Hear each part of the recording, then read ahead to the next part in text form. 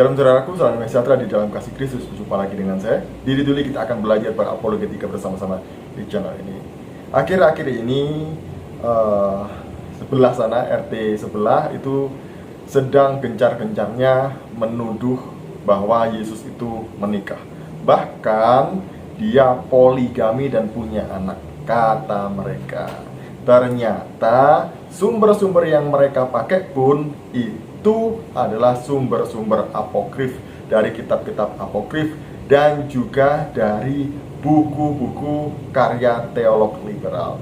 Jadi di dalam Kristen sendiri pun juga ada teolog-teolog liberal yang menolak Alkitab sebagai firman Allah dan menolak Yesus sebagai Tuhan dan juga menolak semua mujizat yang dilakukan oleh Yesus.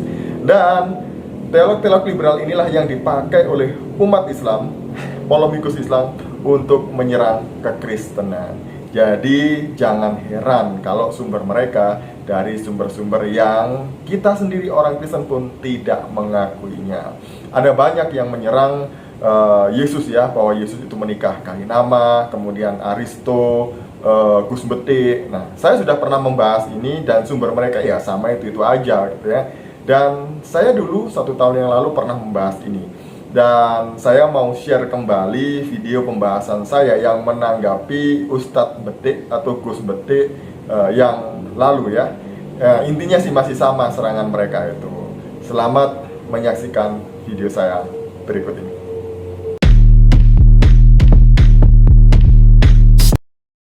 Shalom saudaraku, salam damai sejahtera di dalam kasih Kristus. Berjumpa lagi dengan saya. Di Juli kita akan belajar berapologetika bersama-sama di channel ini. Dalam video kali ini saya mau menanggapi lagi video dari Gus Betik. Sebenarnya ini video sudah agak lama, sekitar 9 bulan yang lalu yang ditayangkan di channelnya Ayah Sofia, di mana Gus Betik membedah ada sumber baru yang mencatat bahwa sebenarnya Yesus itu pernah menikah, bahkan punya istri 2. Kita sih orang Kristen nggak kaget dengan data-data seperti ini. Tapi sebelumnya mari kita bersama-sama melihat video dari Gus Betik berikut ini. Ada pakar antropologi seperti Barbara siapa yang dari Australia itu, hasil penelitiannya beberapa puluh tahun menyimpulkan bahwa Yesus itu, Kanjeng Nabi Isa itu menikah bahkan poligami. Itu seharusnya orang Islam juga, kita secara umum tuh nggak perlu kaget tuh. Kan begitu. Pertanyaannya kenapa orang Islam nggak perlu kaget? Ini juga menjadi sebuah jawaban atas pertanyaan, ngapain sih orang Islam kok ngotot mengatakan Kanjeng Nabi Isa itu atau Yesus itu menikah. Gitu. Itu karena itu secara tekstual di Al-Quran tertulis gitu loh. Sebutkan apa itu, Gus? Ya nanti dong, aku cerita dulu. Aduh, santai aja, santai. Aku nggak suka terlalu serius, santai aja. Iya. Jadi gini, coba aku mau lihat Barbara ini profesor atau doktor ya? Sebentar, aku lihat dulu. Referensinya aku lihat. Karena gini, banyak orang terkaget-kaget. Barbara Thiering ini, profesor ternyata ya. Dia berpijak pada perjanjian baru dan gulungan laut mati. Profesor Dr. Barbara Thiering dari Universitas Sydney, Australia, setelah melakukan penelitian terhadap gulungan laut mati selama 20 tahun. Bayangkan. Jadi dia kalau riset itu nggak tanggung-tanggung. 20 tahun dia riset. Artinya kalau kita mau membantah Barbara ini ya kita harus membuat karya ilmiah seperti dia buat gitu loh. Nggak bisa, aku enggak. Paradigma ilmiah nggak bisa begitu.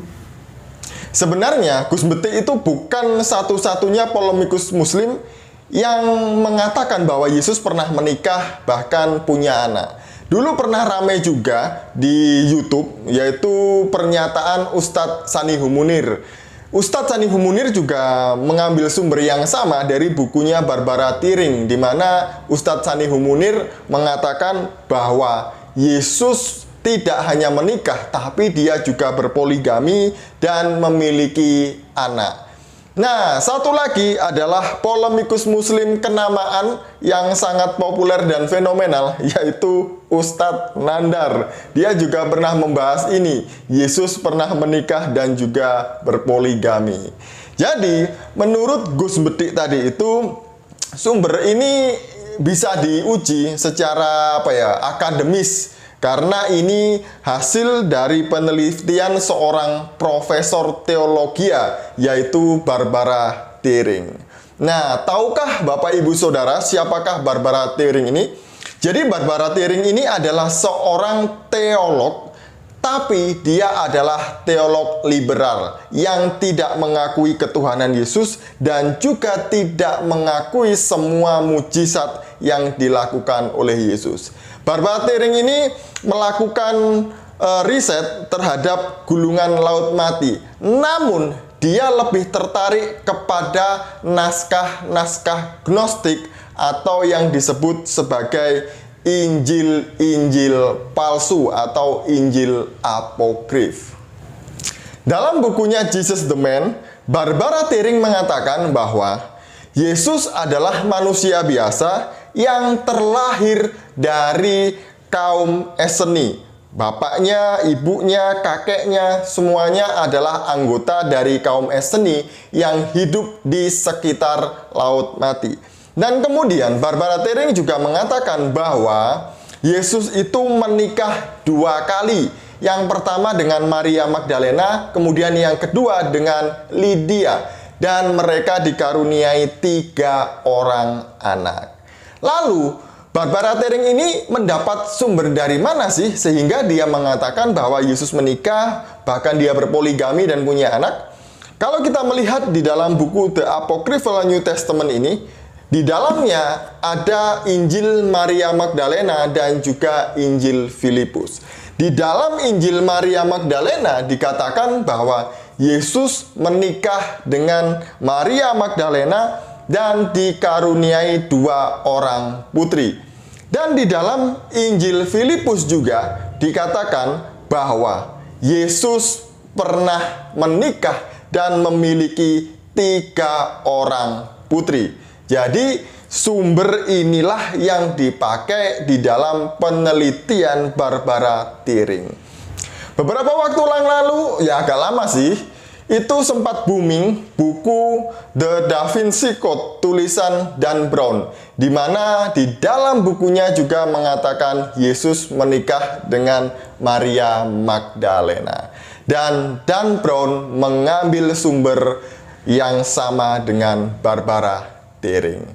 Ya, Gus Bedik seharusnya juga mengambil sumber dari bukunya Dan Brown ya, biar agak lengkap gitu ya, nggak hanya dari satu sumber, tapi ada sumber yang lain. Jadi dari sumber-sumber inilah yang mengatakan Yesus pernah menikah, poligami, bahkan punya anak. Semuanya bersumber dari Injil-Injil palsu atau Injil Gnostik atau Injil-Injil apokrif, Injil palsu yang ditulis oleh orang-orang yang ngaku-ngaku sebagai murid Yesus. Semuanya masih ada, masih dilestarikan oleh orang Kristen, tidak dibuang ya, karena ini justru memperkuat bukti bahwa Alkitab itu benar, meskipun ada hoax-hoax seperti ini ya.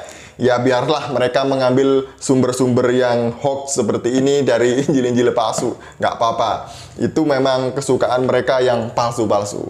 Sekian dari saya, semoga fitnah ini tidak mempengaruhi kita, justru membuat iman kita semakin kuat di dalam Yesus. Shalom, salam waras, Tuhan Yesus memberkati kita semuanya.